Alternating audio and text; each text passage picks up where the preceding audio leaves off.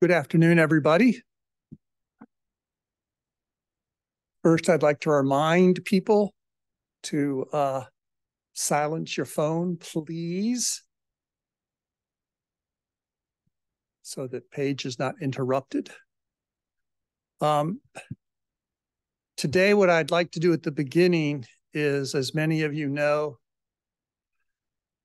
Joe Bates passed away last Friday, and I think it's appropriate to take a moment of silence here, as he was our associate dean, in respect for Joe. So just take a 30 seconds of moments of silence, please.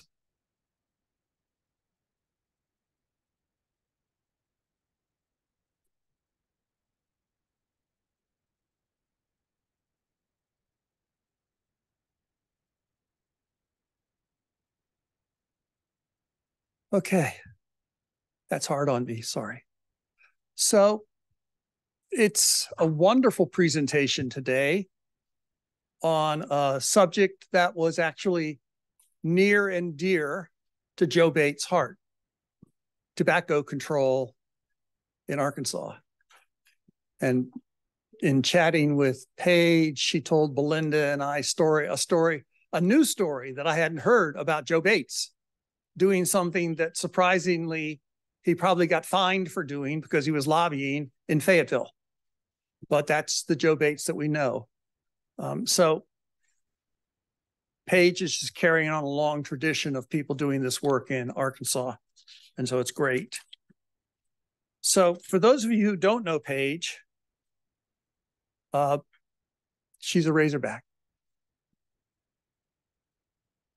Undergraduate, master's, Ph.D. in Fayetteville. Born and bred. So got her Ph.D. in community health up there, and a master's in community health, bachelor's in food and nutrition. She's currently an associate professor in the Department of Health, Human Performance and Recreation, and the interim director of the Center for Public Health and Technology. She's also recently received a K Award. So for those of you that know me, I'm already saying she has too much on her plate, should spend all her time doing her science. But Paige is just a wonderful contributor. Her research area is really all about smoking and smoking reduction through technology. So I'm not going to talk any longer. Let Paige introduce herself more if she wants. Paige, please.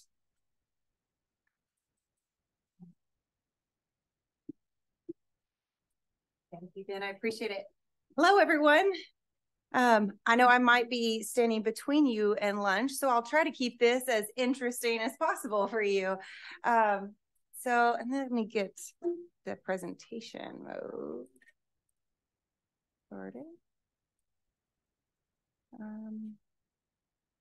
Is there?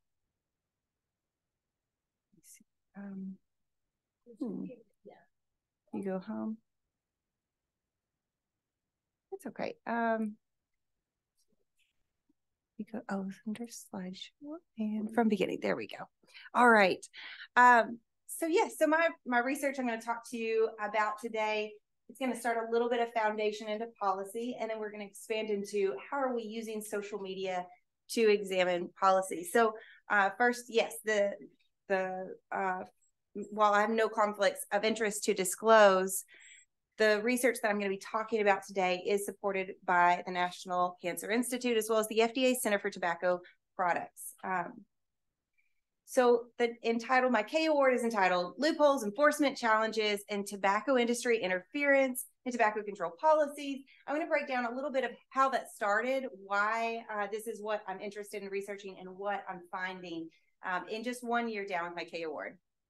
So this is interesting. This little graphic looks a little different than I had planned, but these break down into the different areas. So as we're looking at policies, we understand, especially in this state, the influence of the tobacco industry, but we can use social media as this digital environment. And I think of social media as a digital or virtual reality that you can't see. Everyone in this room likely has some connection with some type of digital platform.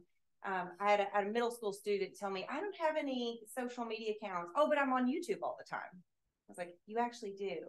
You have some type of reality about you that if I followed you around all day, there's something about you I couldn't see. Every time you look down at your device, you're looking at your computer that has a connection with a network with someone else. Those are some virtual realities that you live, that influence you, that I can't see.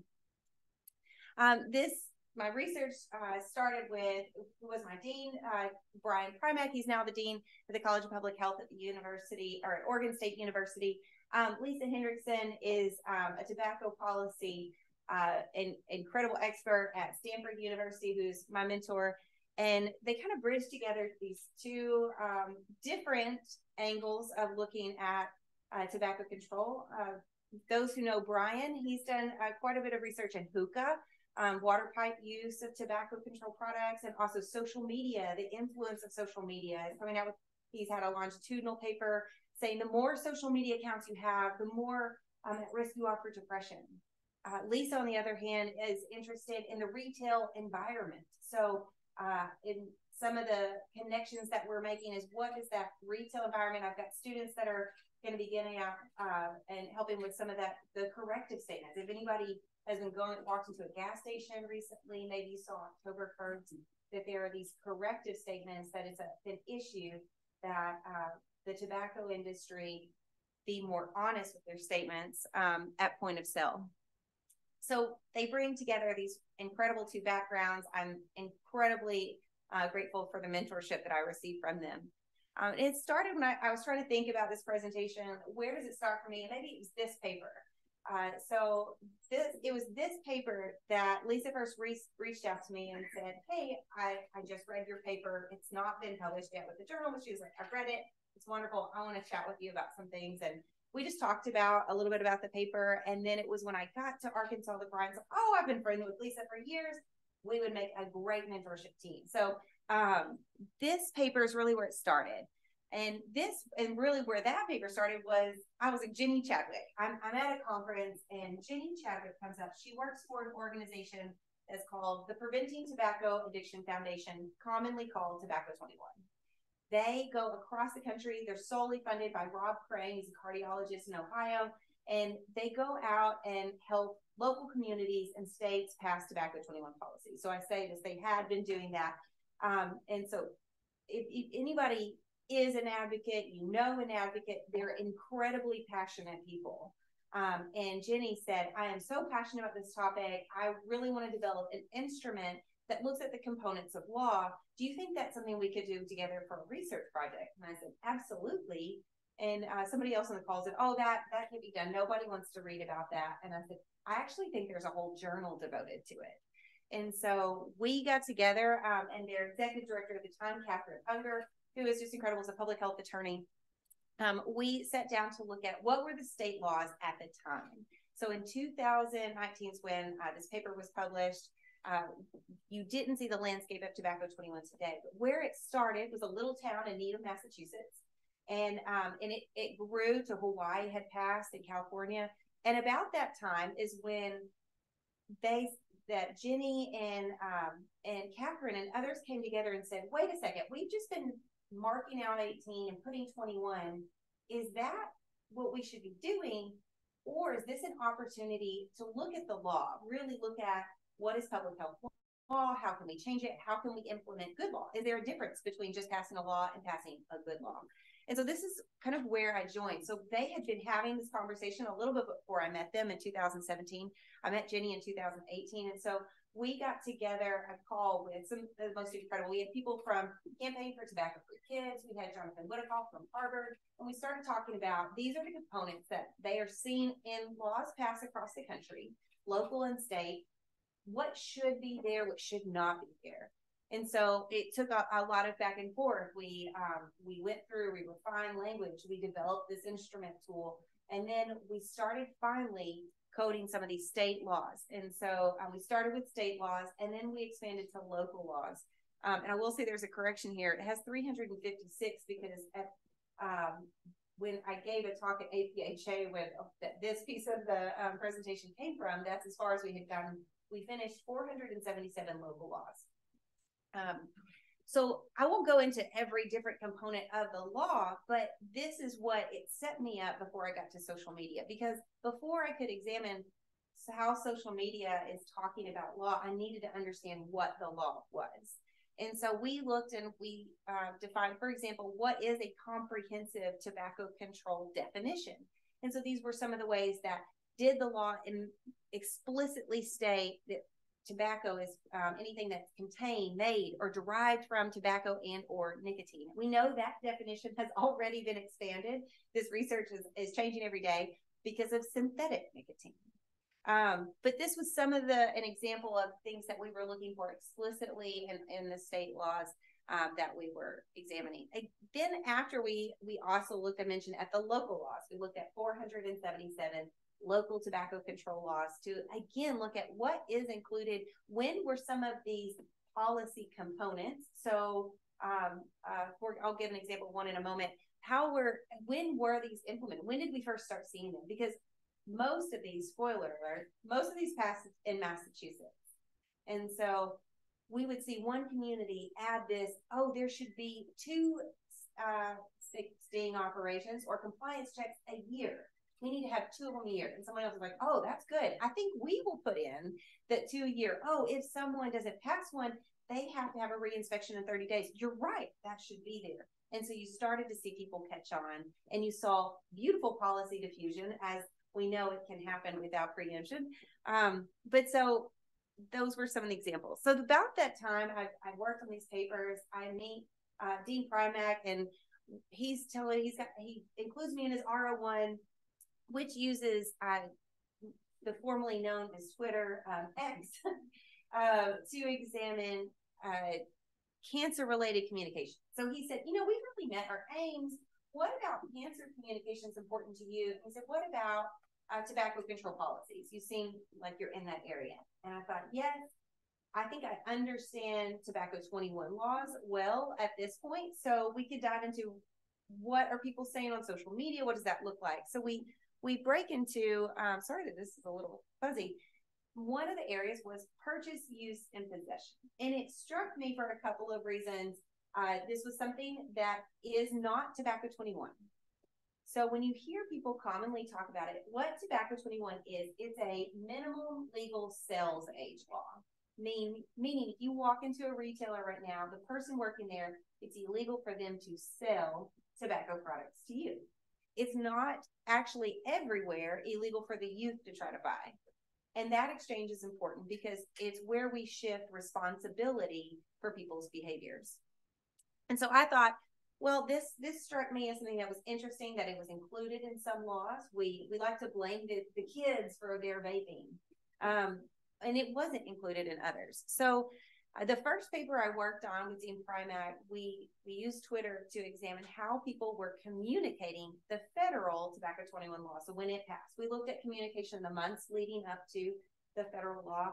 And what I thought was interesting, was really striking, is that most people misclassified it. Most people, those were news stations as well as the general public, was talking and discourse referred to it as a purchase law. For example, it read, Trump's looking to raise the purchase age for e-cigarettes.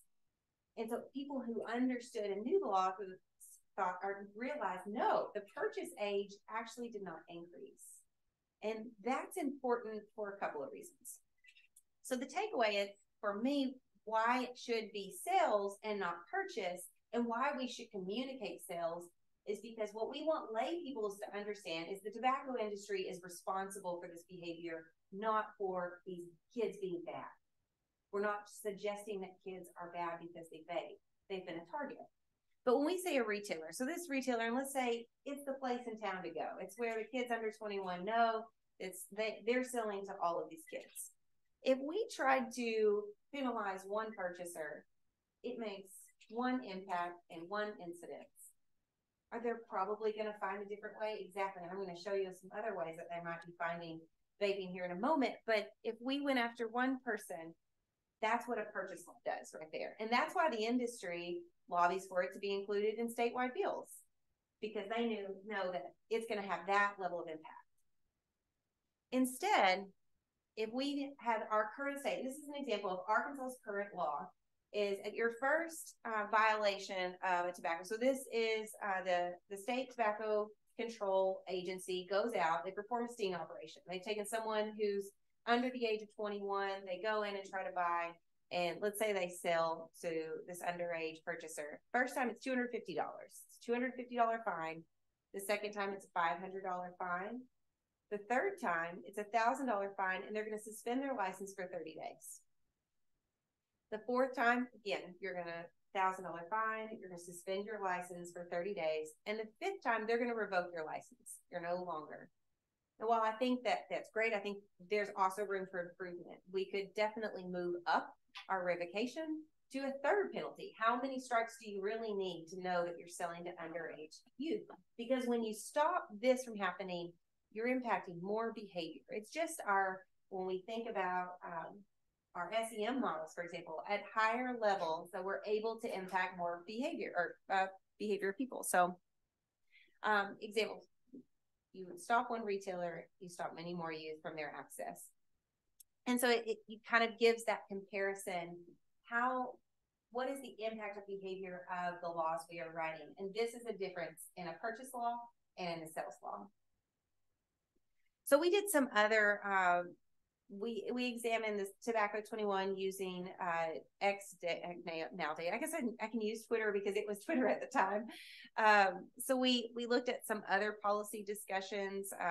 We published a couple of different papers. There's also some methods papers that we did with some of our statisticians as well as our data science people. And another one, oh, I'm so sorry that these are blurry. Looking at some of the sentiment. So the sentiment I thought was really interesting because someone said, oh, spoiler alert, it's all negative. And I thought, actually, it's not about Tobacco 21. It was this really interesting topic that really didn't have a party issue. We saw both Republicans and Democrats come together. And in my opinion, it's because we're talking about youth.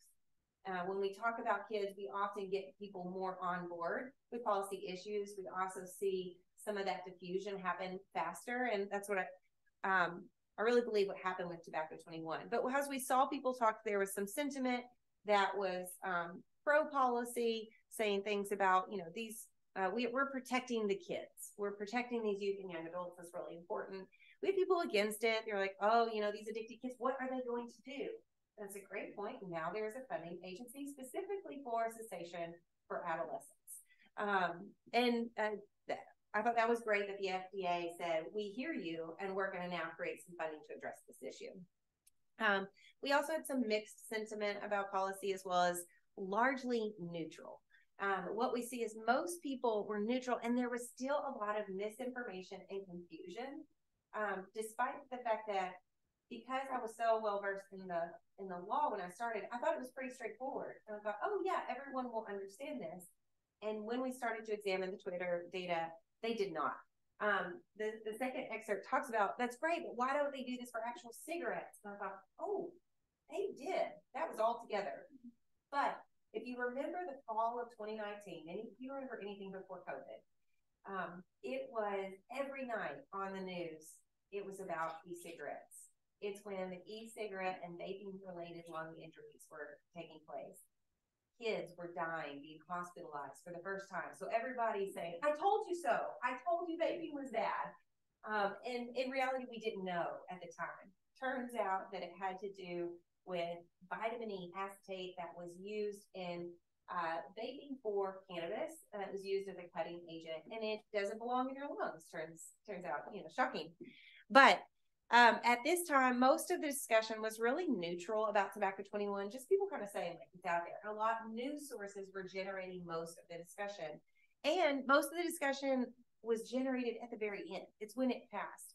They snuck it into a spending bill.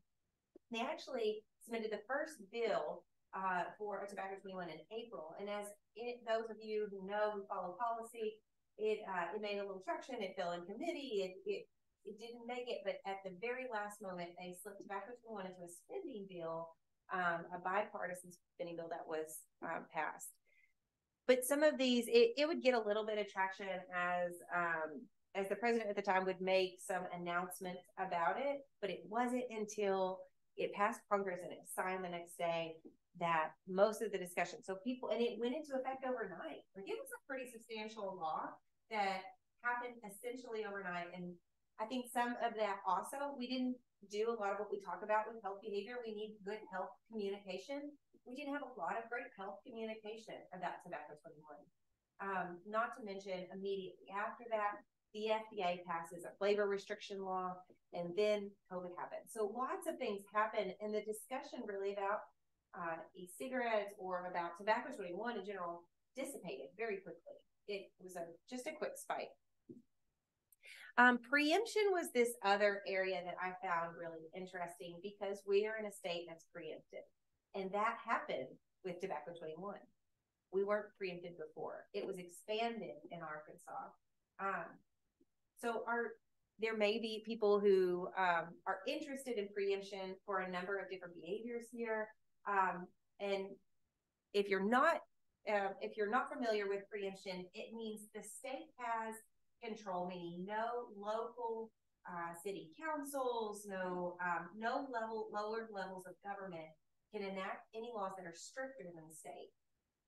And so what we looked at was preemption in MSLA laws, so tobacco 21 laws, and how people were discussing preemption. So after that happened, I thought, I really want to dive a little deeper. That was 2019. We know what preemption looked like with tobacco 21, but when we see laws passed, I think people think, oh, that's a win. That one's a win for tobacco. We're helping prevent the kids from using. But we know that the tobacco industry spends more on marketing. They spend more on lobbying than any other product in this country. In fact, if you even look at other substances like alcohol, it doesn't even hold a glass of water next to what the tobacco industry does. They pour in a lot of money to making sure people use their products. So I thought, I really want to see what happened with preemption after this wave, because tobacco 21 was kind of a popular law. It happened around the time the federal law happened. Everybody's kind of following suit. They have 5 years to enact their own state law to say how this is going to be implemented. But I thought, I just want to see. So we did another policy analysis, and this one was with my mentor, Lisa Hendrickson. Along the way, I had some trouble with this paper of finding the right home and getting it published, as though many of you understand that process.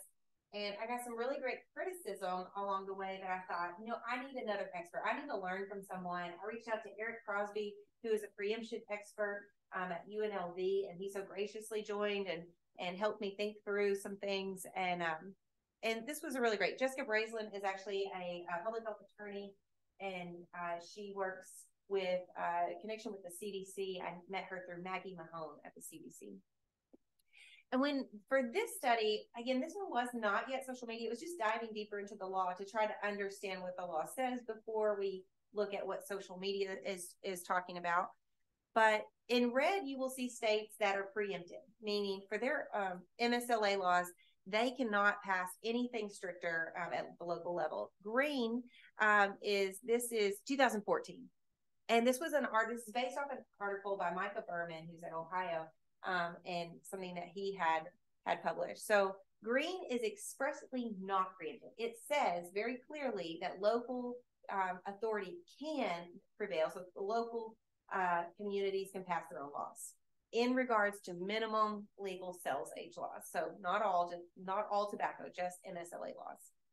So now we fast forward from 2014 to 2023, and in blue you will see states that have passed a tobacco 21 law. So that a lot happened right in that time.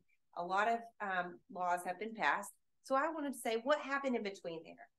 In red, the checkered states, you will see these are states that expanded preemption. 7 states expanded preemption with their tobacco 21 law, us as Arkansas being one of those states. And I think that's really important because local laws are easier to enact than a state, which is why we want to give local authority. We also have to think about, and that's what this paper over here was talking about and advocated for. We also, local communities can be this quasi-experimental effect. The story about Dr. Joe Bates, when he came up, Fayetteville was trying to pass a smoke-free bar ordinance that could serve as an example to help and advocate for a statewide policy. We also see stronger policy components, and that was part of this paper. As we said, there are stronger policy components because they start at the local level and then they diffuse into other levels of government, higher levels of government. What we did is we looked at the language of the 50 states we knew these 32 had clear preemption. We had 18 that were not preempted. But when we broke out those 18, we found that 8 had not passed a Tobacco 21 law. 10 had passed a local law. If they had passed a local law, we said it hasn't been refuted in court. It's good. We're going to move on to these 8. What about these other 8 states? There's nothing clear. It's kind of vague. Could you pass the Tobacco 21 law there? And what we found, the orange states listed here probably have limitations, and based off of local case law that was found in those states, it's probably not likely that a Tobacco 21 law would be enacted. And there has been some change. So Michigan is kind of, for preemption people, Michigan is this controversial, like, oh, well, they've actually had a Tobacco 21 law been reversed, but they had some changes in a recent law enacted, so they might. California, it looks in like, if you look at other publications, they will say that California is preempted. But when you look how case law has been interpreted, it's likely not. They have passed Tobacco 21 laws locally since then. So all of these things kind of led to a discussion about how should we dive into this more. So some of my current projects, I've tried to do some examining of laws to lay foundation for my K award, and now I'm trying to jump into more with the social media piece. For those who heard me talk about X, and maybe you've been following, there's been some changes to social media platforms recently, and since I received this award, that have been a reason that I've tried to pivot. Twitter data is a little bit more complicated to use today than it was when I started. And so many people who started their projects using Twitter are looking for other avenues. Thankfully, I wrote my K award as an exploration of social media, not just one social media platform. So I started this way. First, I'm starting with a scoping review. As any good new project, I believe, should do when you're entering a new space. You need to try to understand what's been published in that space. And I started in it, and then I had a paper coming out that applied, so I kind of put a pause. And this is a project that I will start, or I will finish as soon as I get home. Another is a paper I have under review right now. It's called hashtag discreet shipping, and talking about how TikTok is being used to sell tobacco, or sell e-cigarettes specifically. And the next, using Reddit. I think Reddit is a fun new platform. So the scoping review that I started on, so we started with 2,600 articles. We broke those down. I say we, my PhD student and I broke these down. We found 17 articles. If you see this in a published paper, it will at least be 18. But 17 articles was our first examination of this. So we, most of these, what we found, are using Twitter. I think that's really important because right now, like I said, because of changes in Twitter, there have been several calls with people who have NIH funding that use social media platforms. People are asking, what are you doing about Twitter? Because there's a cost now for it that maybe we didn't budget for. Also, that cost may be changing. We're trying to determine what it is. And think about your research. You applied for funding, you have this funding, you budgeted for it, and now there's substantial changes in that cost of the data that you're using. So we're often looking to other platforms. There was one paper that used Reddit, and that, if I had to guess, will be a shift and pivot in this research, where people will look more to platforms like TikTok and Reddit. Most of them were in the US. A couple were based out of Austria and the UK. Post counts ranged anywhere from a little less than 400 posts to up to 1 million. And so these are often reflective of the type of methods that people are using. So if you're annotating, yes, it makes sense to have 400. I had, for my papers, often had about 1,000. So I had anywhere from, actually had 4,000 for one. I had teams of honor students, of undergraduate students that I have trained, and I have worked with a PhD student who the honor students will do the coding. They're actually better than I am at social media because it's a language they're more familiar with than I am. So they do a really excellent job. And my PhD student meets with them weekly, and they adjudicate, they check their CAPA values every week to make sure that they're doing good qualitative research. Now, there's often 5 of these papers use machine learning. And so I've had the privilege of working with some people on using machine learning to look at a broader scope. And so often what we were doing was just developing those models. And so I would have human annotators, and they would send batches of 500 tweets a week, and we would train the model for a machine learning algorithm. I would say some of the, if I could say, that sounds really awesome, right? Like, oh, you're using 1 million tweets, you're coding those. However, when you don't have a human coder, there's always room for error. And some of the difficulty with social media is the terms that we use. James, anybody have small or have children who are getting into that age where they're using terms that you just can't keep up with? You feel like you need like a dictionary to talk to? I feel like that's how social media is at times. And when you're looking for the right key term, maybe no different than if you're doing a systematic review or scoping review, what's the right key term? But that term may seem so far removed when you're in the literature and you're like, but this is the term we use in the literature. This makes sense. And they're like, no, they use puff bundle. You're like, what is a puff bundle? And why are we using those terms? So machine learning algorithms are only as good as the models that are created for them. And those are only as good as the terms that we're using in that time and the language that we're using at that time. So as the language changes, the terms change and the model's accuracy changes. And so I think there are some issues that we see there. It's why humans can never be replaced, or maybe I'm making a pitch for that. So the data that extracted from those were often done with Twitter's API that we see is changing a little bit. The next is, this was an idea from a student. So I have a lab that includes 7 undergraduate students. Right now I don't have any MPH students because they're all focusing on different ILE projects. I had 2 I had 3 last spring. And I have 5 PhD students. So one of the undergrad students, I'm talking about Tobacco 21, and was like, here's the legal language, here are the components, I'm giving the boring speech that's not too different from what I gave you a second ago. And the student said, if I wanted to get e-cigarettes, I wouldn't go to a retailer. She's like, I'd get on TikTok. And I said, wait, pull out your phone and show me what you mean. And she pulls out her TikTok, she types in a little hashtag, and up pops this screen. And what you will find is that these, let me see if it will, can wait for a second, and then I will be impatient. I'll move along.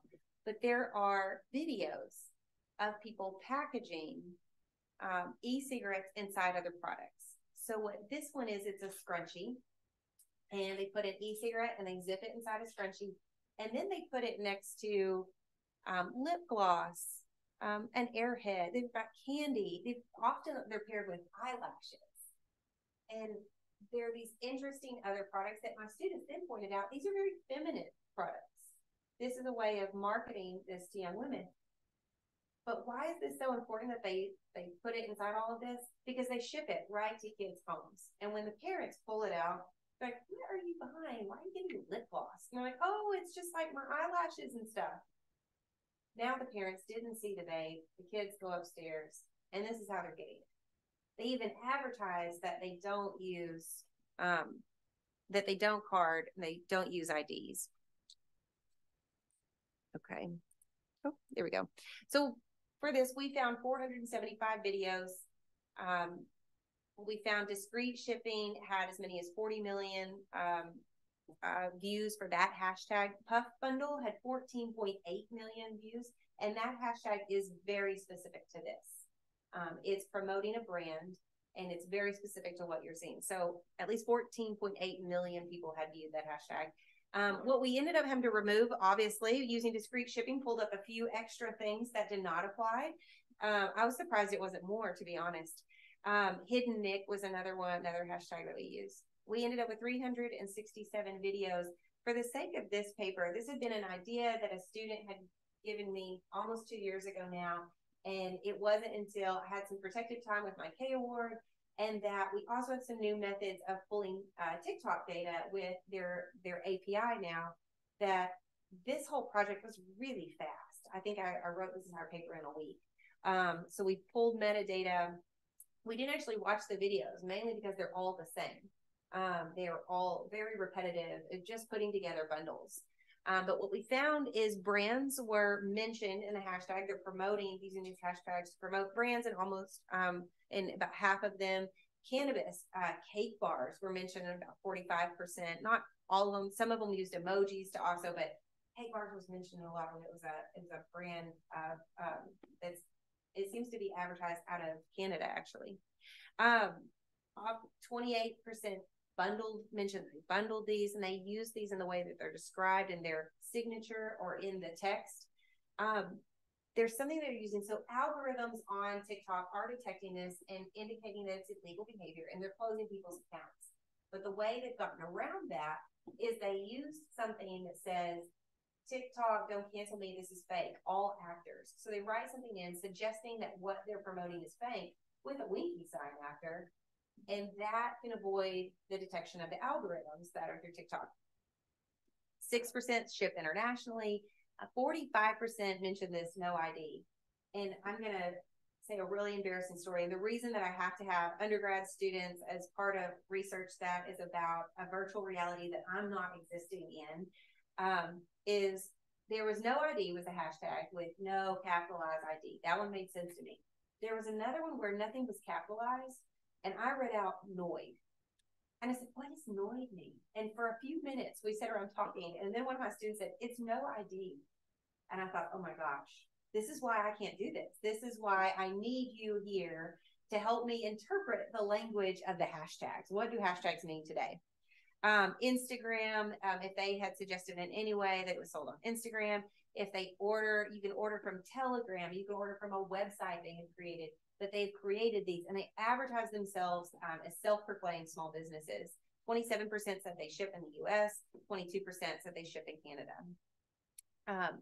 Now some other topics that have also is there's, if you may be familiar, the FDA is considering a flavor restriction ban right now that has already been enacted in California.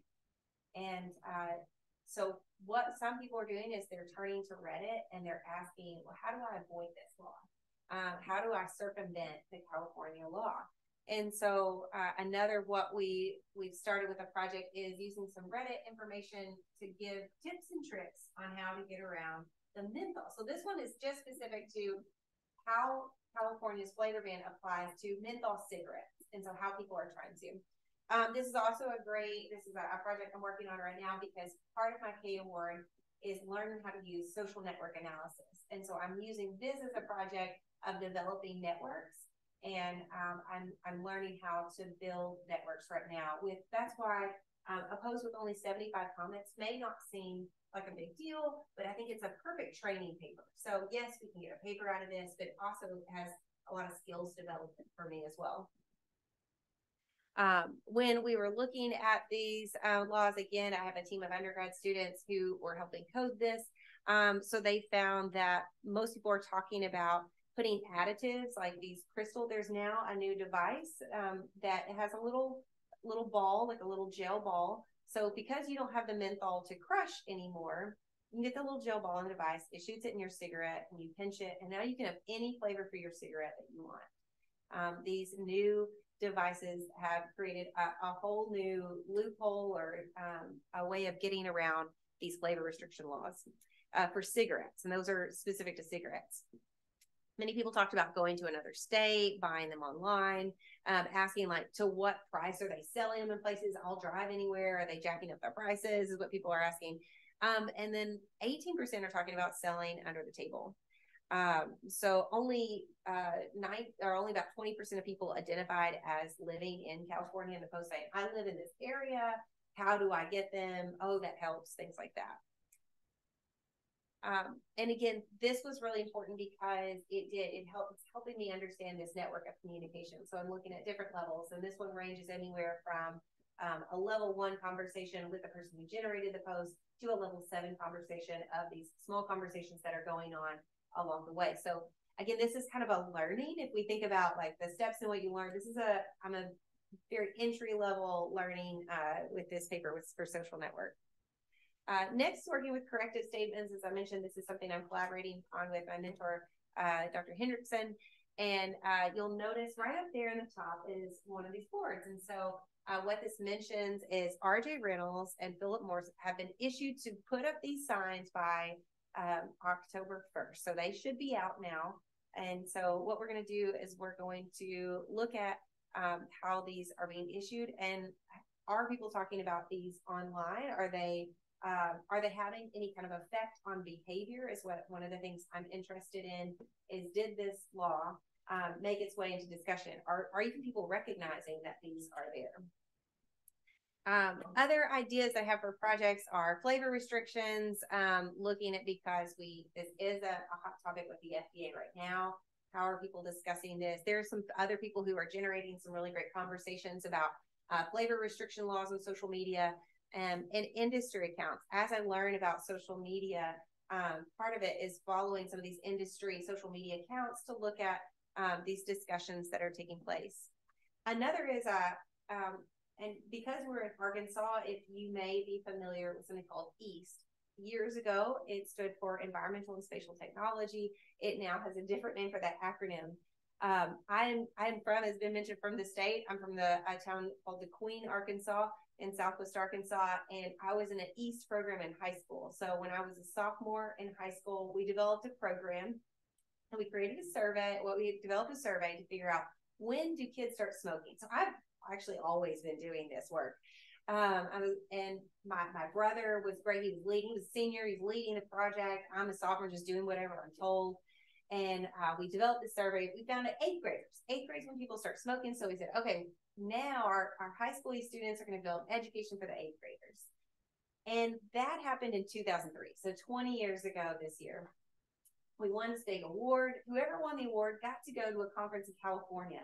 Well, my brother graduated high school, and the other student who led the project, so I got to go to California. He was very upset by it, as you can imagine, but it left an impression.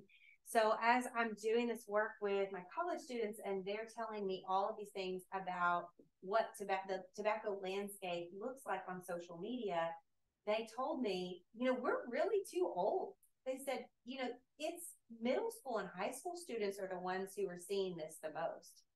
And so I reached out to EAST and said, hey, I'm alumni. I took part in, this program 20 years ago.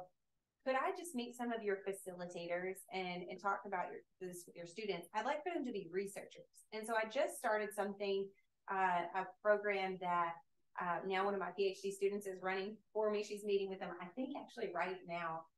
She's meeting with a high school. But I talked to high school and middle school students, and they're not participants in this study. They are the researchers. They're driving the questions. They're helping. I give some advice on methods, but some of them are even going to be coding qualitative research.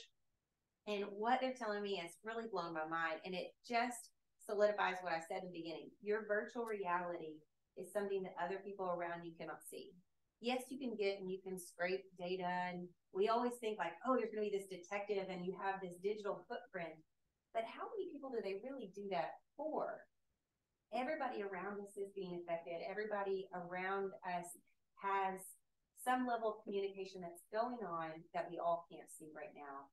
And what these high school students have told me are things that I didn't expect to hear.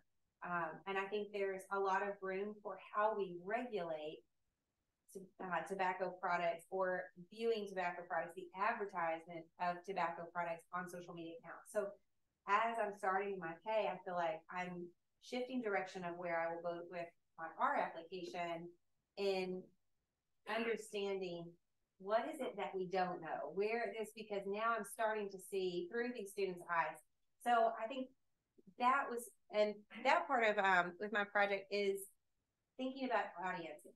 Who are audiences that you're saying your research is for, but that are not included? I think this university and UAMS does an incredible job with engaging the community in research. And I think that engaging the state in research. So I think that those were pivotal moments. I think I was really excited to talk to you today because I feel like this is something that people here do really, really well. And it's something I'm trying to learn, because as I was thinking, as I want to do research, I want to change behavior for people really under the age of 21. I hope by preventing them from using tobacco products, then it will help prevent the rest of their life. But focusing on those people, I can't do that work well if I'm fumbling around in the dark. And that's how I felt about doing research about social media for a young group when it's not my social media account. I don't know about you, but my TikTok account knows that I have 2 small children, and it thinks it's funny that I don't get sleep, and they've made memes all about it. And they're what I watch in the evening, but it's not what the kids see. And that's what I'm finding out. So the last bit is pivoting, how I'm pivoting into future research through this protected time and through the research that I'm doing as a part of my K award that I appreciate, is also engaging that audience as a researcher that I think is really important. Yes, so yes, questions.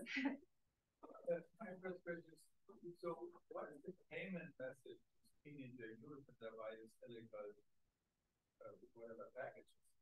And then is there any motion to just shut down the payment platform? It should be really easy to have a list of these companies and then to speak that you can't do it. I agree. I feel like so when I first saw this, my first thought was, who's legally accountable? Is it the platform? Is it the company? Is who's paying? Is it the person? Are we going to try to go after individuals? So yes. So with and your first question. Sorry, what was the first part of your question? Oh, what is the payment? Oh, what is the payment?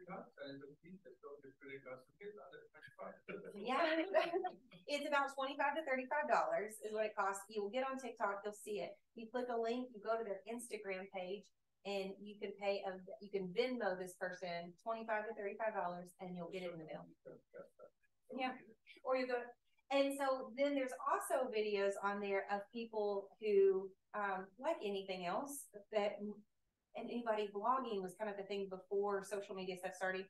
They are the reviewers. So they will buy from those people to show other people, I got it in the mail. It really works. This is what I got. And influencers is another difficult, because not everyone's research uses the same definition as an influencer.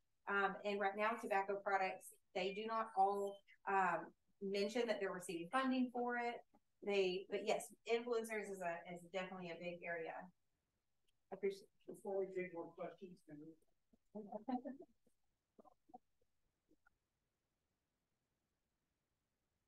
Yes. So do you have one of your youth consultants, if you will, tracking like the change of words? Because I know people are very savvy now at using substitute words to get around the algorithms. Like for sexual assault, people just put essay and everyone knows that's what it's about. So are you tracking these things with your?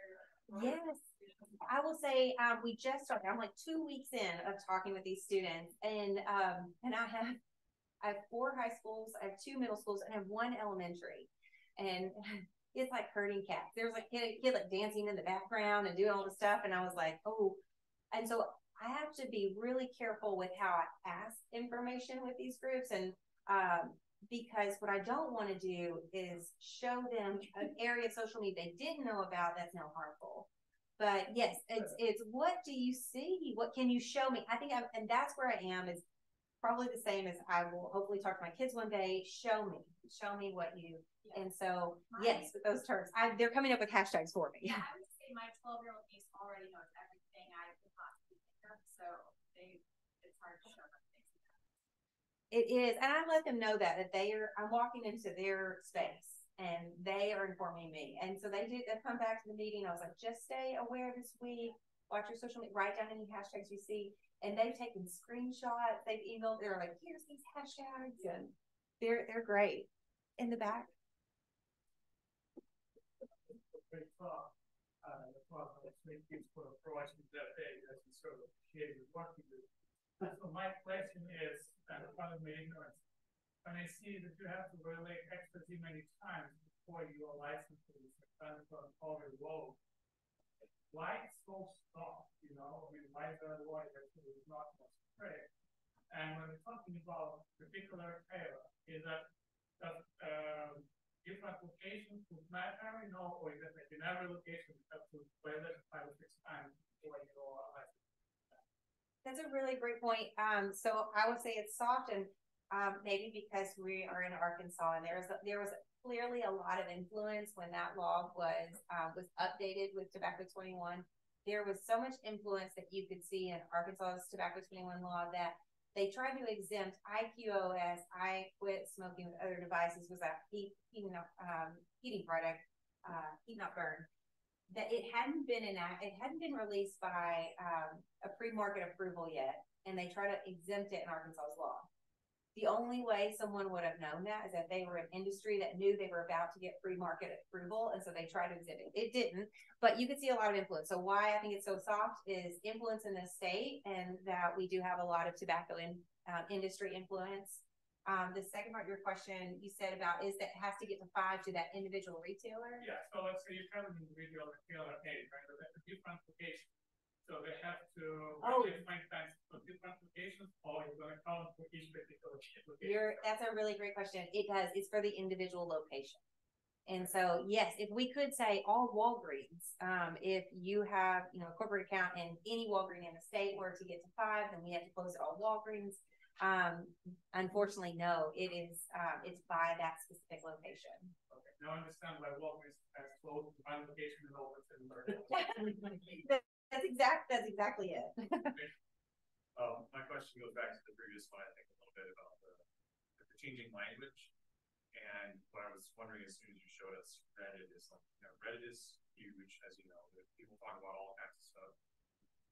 How are you identifying posts and comments of interest for your study? So I imagine it's not just like a couple keywords. So I'm curious how you do that. That's I will say this is another part of what I do. I didn't start with this project advertising it as or thinking to myself it's going to be community-based participatory research, but it's absolutely what it's becoming. It's college students that are helping me, because I said, think like someone in California who's trying to get their cigarettes. Just show me what you would do. And that's exactly what they're going online, and they're like, oh yeah, I can get crystals and I can get this, and you can put this stuff inside your cigarettes and it gives it a flavor. And they have found and they're like, look at this device that you can buy, and now you can get any flavor in these little balls. I mean, it takes them 10 minutes. But they do find this public discussion that for me, this isn't terribly rigorous. I mean, I will be the first to say my research isn't at this point has been terribly rigorous. The policy stuff is very tedious.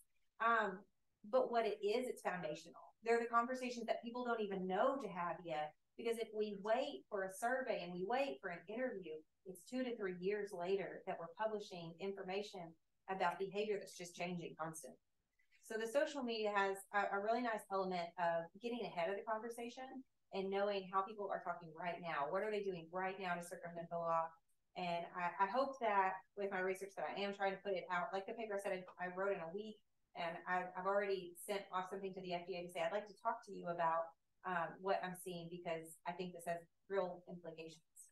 I have many more questions, and we'll send them by email, but just to follow up on that, is there other things to engage those Reddit users? I mean, their accounts are sometimes you can send them a message, survey them, and maybe get some on your team to help surveil what's going on. Yeah, I mean, I think that there's always opportunities. I have done a study where I advertised it on Reddit, and you run into some challenges because people don't like that on their board and they kick you off your board. And I mean, I worked really hard for like 200 responses off of Reddit, but so I do think that there's definitely opportunities and, you know, complementing methodologies. So I think that that's an excellent point. I have 2 questions, and I'd like to ask them in succession. First one is, you showed 3 social networks with obviously 3 very central individuals within those networks. Mm-hmm. did you find any similarities across those individuals, or have you looked at that level yet? I haven't looked at, that's a really great point, and I haven't looked at that level yet. So no, that's an excellent point that I haven't thought about. And then my second question, and this is one for our faculty writing awards, what advice would you give to any of the faculty or postdoctoral students here that are writing awards? Oh, that is a really great point. I never thought that I would have wrote a K award. If you had asked me when I was graduating, I was not a strong applicant. Graduating, I had 3 publications that came out as I was finishing my degree. I started at a teaching university in upstate New York, SUNY Portland, where I taught 3 classes a semester. My first, I really taught 8 classes my first year. In my first 2 years, I didn't get a job at OU, and when I got there, was some of the first time I was hearing terminology. We didn't have an incredibly research productive faculty, wonderful and phenomenal faculty, but it wasn't a focus of a lot of people. A lot of people were further in their career. There was a teaching need at the time. There was a growing, I don't know if you remember, anywhere from 2010 to 2015 in Arkansas, but the University of Arkansas's enrollment was doubling, and there was just this need to cover classes. So at the time, it wasn't as, there wasn't this talk. It wasn't probably to my last year there that people started talking more about research and generating more momentum. But at that time, it was kind of late for me. I was applying for jobs. I was focused elsewhere. And for that reason, it prepared me to be a teaching faculty. So when I went to OU, it was kind of the first time I was hearing some conversations about what K awards were. Again, I was on the Norman campus, so it was still we were teaching classes. And when I came to Arkansas, Dean Primack said, I want you to apply for a K award.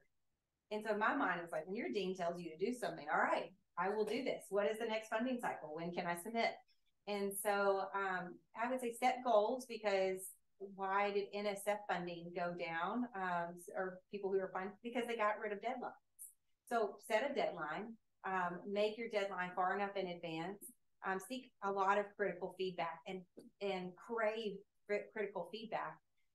Also try to step outside your comfort zone. Like at first, if my first thought was like, no, I don't do anything with social media. I mean, at the time I hadn't a single publication about social media. And the first time I applied, I didn't even get reviewed. And so my thought was like, okay, maybe I don't belong here. Maybe this is outside of my, my reach and scope, but I'm going to resubmit. And so in that resubmission time, I'd had a child. And so it was also like, to myself, I thought, how do I sit down with these comments and take meaningful time and make sure? It was during COVID, if you can remember, 2001 was still like not everyone's back in person just yet. And it was a little complicated, but I set aside really devoted time to working on my proposal. I heard what the reviewers' comments were, and I took them seriously. And I tried to really work on those. So I think big takeaways were for me was wanting to get better, is also not letting anything or not any criticism discourage you, but actually crave it and desire it. It will improve as long as you're willing to take it. So you have a comment from the Zoom. Oh, thank you. Flunkat. Oh, I have a past student, Essie. Let me see. How do I? Just click you right next to it. Oh, hi, Flunkat. Do you want to Hi, Dr. How are Dobbs. you? I'm good. Can you hear me? Yes. Okay. It's nice to hear you passionately talking about your research again. It's wonderful to hear from you, Flunkat. Thank you. I actually just have one question, right? You really talked about how you are also an advocate, aside being a researcher, doing this work for so many years. And I wanted to understand, the translational piece of this. So how is what you're learning in your research informing some of the policy changes that you would like to see? And, how is that happening currently based on some of the findings that you've been gathering from your research? Thank you. That's a really great, Plunkat, you always have really great questions. That's awesome. So one of the ways that I see this is what right now the policies that exist for social media are minimum to non-existent. What people say, well, there should be there should be laws say explicitly if an influencer is using a product, they should state it. They should say nicotine's a harmful product. And I think those are soft laws, like someone mentioned earlier. I really think we need, as advocate, the advocate part of me sees this and thinks, where are we going to be in 18 years? I have small children. I don't want my children viewing this. The platform can do more. And so I would like to move forward in figuring out what the platform is capable of doing. Can they restrict content for anyone who enters their age under 21? Can they restrict any content that would advertise something that person's unable to be sold? And so some of the ways that I see is trying to look at what does the law explicitly say? How can we expand, and advocating for that? And I think the advocate within me is saying that our social media platforms should be regulated for substance related content for young audiences, because we have a problem. We have an e-cigarette epidemic with young audiences, and this is the part of their life that, despite our best efforts, we can't see because we're not them. So what can we do to prevent that? And I think there's some accountability that we can start putting on the platforms. Great question. Thank you, Poincut. Thank you. Well, it's 1:05. We'll stay around for a little bit. You all have more questions to Paige, but thank you very much. Thank you.